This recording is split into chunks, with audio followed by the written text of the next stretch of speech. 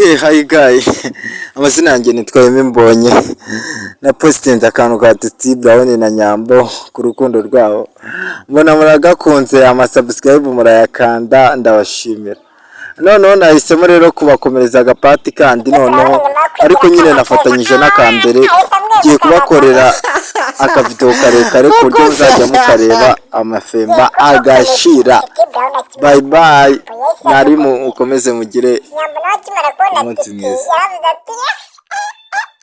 Umuserezi ko wajyaga n'umwaka ubwayobo mbega umwana namenye afite mbega umwana mbega agasayizi none zikunaberwa na ordinaire mana we Brown yaravuze ati Mukobwa mwiza udafite inenge, mukobwa uberwa n'igitenge, nkundi yo kubisa agatwenge.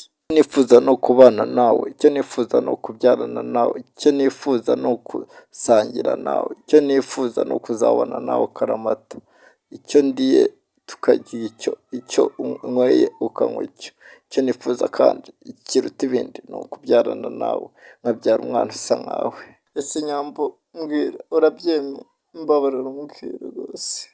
Duhurira umutima wanjye urananiwe, umutima wanjye urikoreye, wikoreye umutwaro ungana nk'umukristo yikoreye ibyaha. Nura rero kuko ndananiwe Nyambo.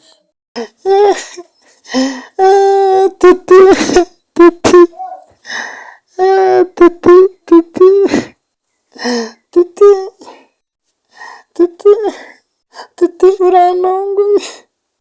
Titi umbwibye ntatekerezaga gusa nanjye uranduhuye Titi nanjye umutima wanjye waruhagaze gusa uranduhuye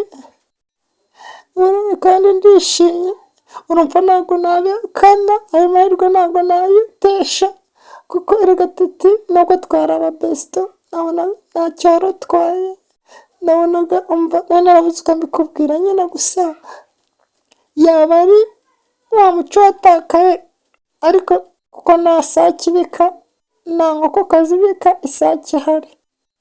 Rero urakoze kandi byakeneye nanjye ndagukunda Titi cyane. Thank you Nyambo. I'm happy. Unyibukije ibyishimo data na mama bari bafite bakimbyara. Ayowe bari bishimye buze umunezero babonye umusore babyaye bari bamukeneye. This nanjye ndashimira Imana ko nkubonye nkukeneye. Ayowe ubu sinyira mu mwijima kuko nabonye urumuri rumurikira. Ubu nsigaye ni protokora buri gitondo kuko mfite rega indorogwamo. Mfite indorogwamo nireberaho kandi indorogwamo yanjye mura iruhande. Iyo ndorogwamo rero nta yindi ni Nyambo. Urwo rumuri narwo rumurikira narwo ni Titi Brown.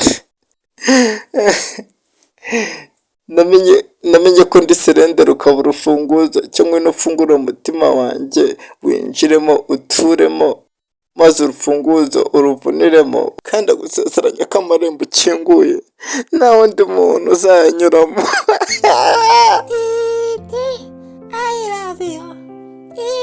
Umva kizi noneho ngiye kuzajya mbakorera utuntu twa danje.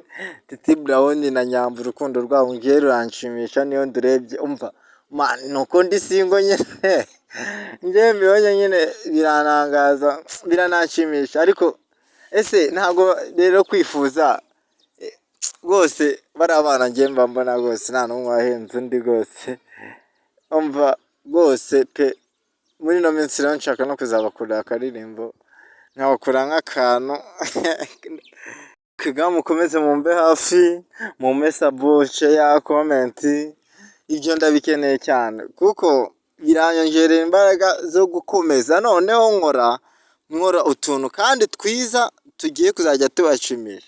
Umva ngewe muzabimbaza ngewe ndabasabye mukore subscribe share comment nyine ku buryo nanjye nzamuke ndeko nanjye nagiraho nigeze. Muzi ko na Juno Kiss ryanze yasubiranye na Ariel Ways. Umva nawe ngiye kuzabasubiramo Juno yararebye aravuga ngo ubugabo tusubiraho byaro bubwa. Ariko bana we umva nta musitari n'uyu nazabakorera mwebwe mwe maso gusa. Bye bye.